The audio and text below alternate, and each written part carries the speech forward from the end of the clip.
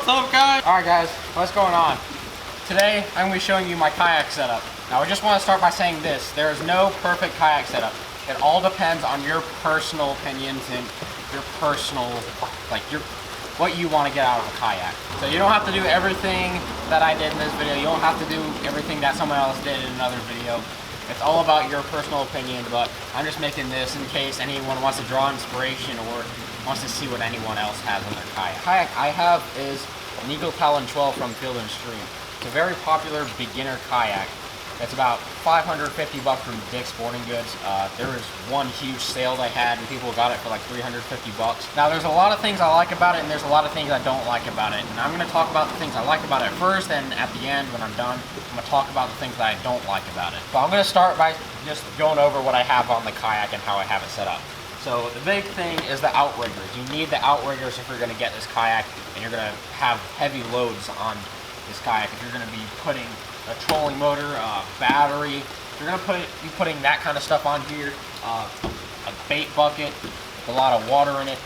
That's a lot of weight, and you're going to need some stability for this kayak. Now again, this is probably the main thing is the Outriggers. If you're going to get a cheap kayak like the Eagle Talon 12, you need the Outriggers because it's just it's a lifesaver. You're not going to have the stability like on a $1,000, $2,000, $3,000 kayak.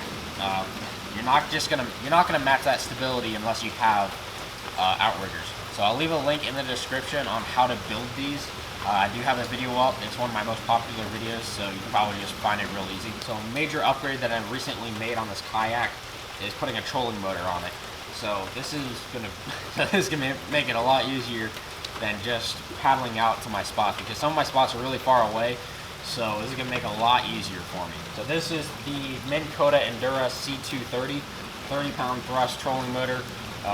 Should last all day, shouldn't run out of batteries. I do have a battery right here in this milk crate that I have set up behind the seat. This battery, I'm not sure what kind it is. It's just a deep cycle. It's small enough so I can put it on here. It does add a lot of weight, so make sure if you do put a battery or anything on here, if you're putting a lot of weight on this kayak, make sure you have it well balanced, because I have a lot of stuff in the back that weighs a lot. So I'm probably going to end up putting that battery up front somewhere down the line. So how I have this trolling motor set up is I just have the metal bar I use for the Outriggers. I just set it up on here.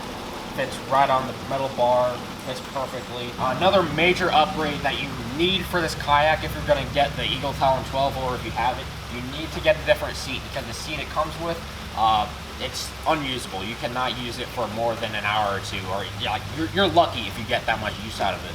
So what I did, I made a raised seat for this kayak.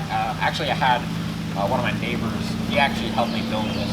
So basically what I did, I got some metal bars from an old bike trailer, and I just got those and I just attached them together, and then I drilled those into the kayak. And then I put the seat, this is just a stadium seat, I just strapped those on with some zip ties, and it works fantastic so far. I've had no issues. And what I like about the metal bars I put it on here is that there's some extra room on the side of the metal bar, so I actually had this basket just laying around, so I just put miscellaneous stuff in that basket, like extra lures that I cut off, or weights, just miscellaneous stuff. As you can see, I put my water bottle in there. So the stadium seat that I put on here is the Ozark Trail stadium seat. I just have this laying around as well. What this raised seat really does is makes it a lot easier to paddle. It's a lot more comfortable, and you can store stuff underneath your seat. So I have a lot more room to put tackle boxes. Like as you can see, I have a tackle box under here. I can put my anchor under here if I want to. So it makes a good storage compartment. So right here we do have a front hatch, big front hatch that goes all the way up and down the boat.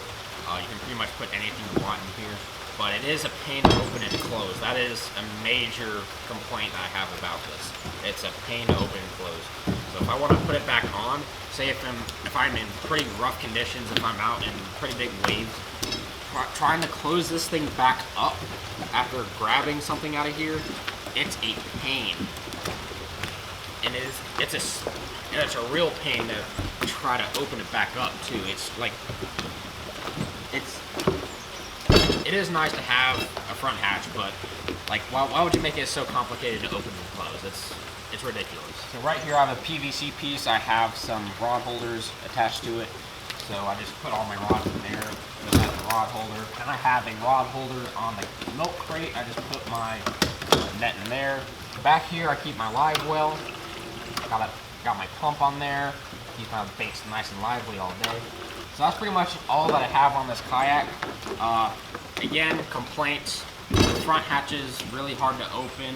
The center hatch is pretty small. You know, you really can't fit much in there with the little bag that comes with it. It's not, like, they could have done some small things to this kayak that could have made it a lot better. But overall, it's a good kayak. It gets the job done. It gets me on the water. So a few things that I might do in the future is make a center hatch right here. I might get a center hatch, rectangular hatch, or just a bigger hatch that I can put right here so I can store more things in there. And then there's also space back here where this milk crate is sitting on top of. So I'll probably put a hatch right here under this milk crate, and I'll probably put my trolling motor battery under there, or I might put the trolling motor battery up here, and then I'll just use that back hatch for storage. So I don't know, there's some things that I am planning to modify for the future. Oh, I did forget about the paddle. This is a Magellan Outdoors No Limits paddle. It was like 20 bucks. I did lose my other paddle because I left it at the ramp. I know, stupid me, but this is a nice paddle for 20 bucks. Gets the job done, nothing special, but I don't know, I've had no issues with it. And one last thing, I think this is probably it. Anchor trolley. This is a must if you're anchoring in deep water. I don't use it all that much, but whenever I do need it, I will use it. Now let me show you how easy it is to get in this kayak with these Outriggers.